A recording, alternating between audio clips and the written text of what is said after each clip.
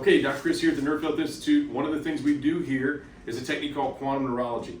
And Quantum Neurology started with this guy. His wife was just normal. At 29, she went to, or 28, went to a massage therapist and was paralyzed. And so everybody said it's permanent. They couldn't see anything pushing on nerves. So he basically had his wife in a wheelchair, and he invented a method using physics to connect her brain to her legs. Restored, got her 100% better, then started teaching doctors his methodology. So I heard about him, got trained around 2007 or 8, and it was like somebody taught me another language overnight, and it just synced with me.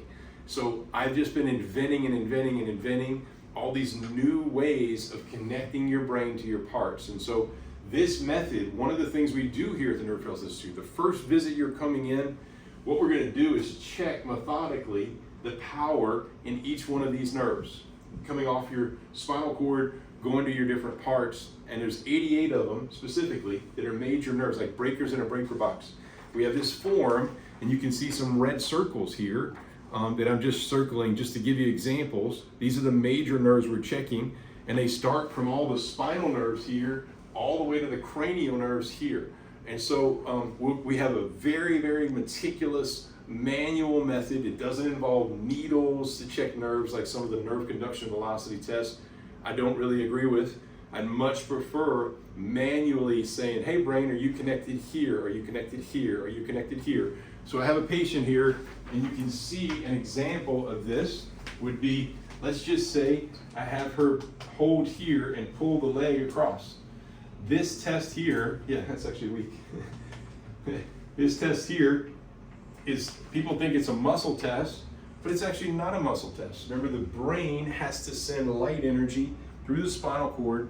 In particular, right now, we're doing mainly her L3 nerve that powers the sartorius muscle that pulls the leg up and pulls it across. Here's another one. This would just be L1, pull your leg up here.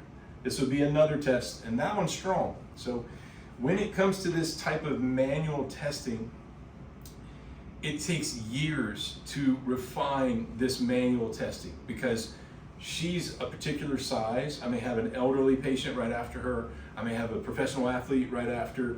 I may have a toddler right after. So everybody's neurological strength is different.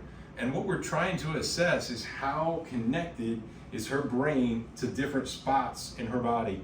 And just the act of actually testing all these particular nerves in the body makes the brain actually feel weakness or strengths. If the brain feels a disconnect, it'll actually start to reboot. So I didn't even do anything other than check this pull across. That's already stronger. Isn't that cool? Yeah. So this is just a couple of examples, but literally we go through all the major nerves and check the body to see exactly what's disconnected. The methodology we have also, we use all kinds of lights here. So we have very powerful lights like this one. This is a very powerful laser. So what we do is we figure if a nerve is disconnected to a spot, so the L3 nerve I just checked off comes right off the belly button, off the spinal cord. So we can put energy into that L3 nerve, either the light energy like this, or light energy with a bigger light source. And we can put energy direct into that L3 nerve.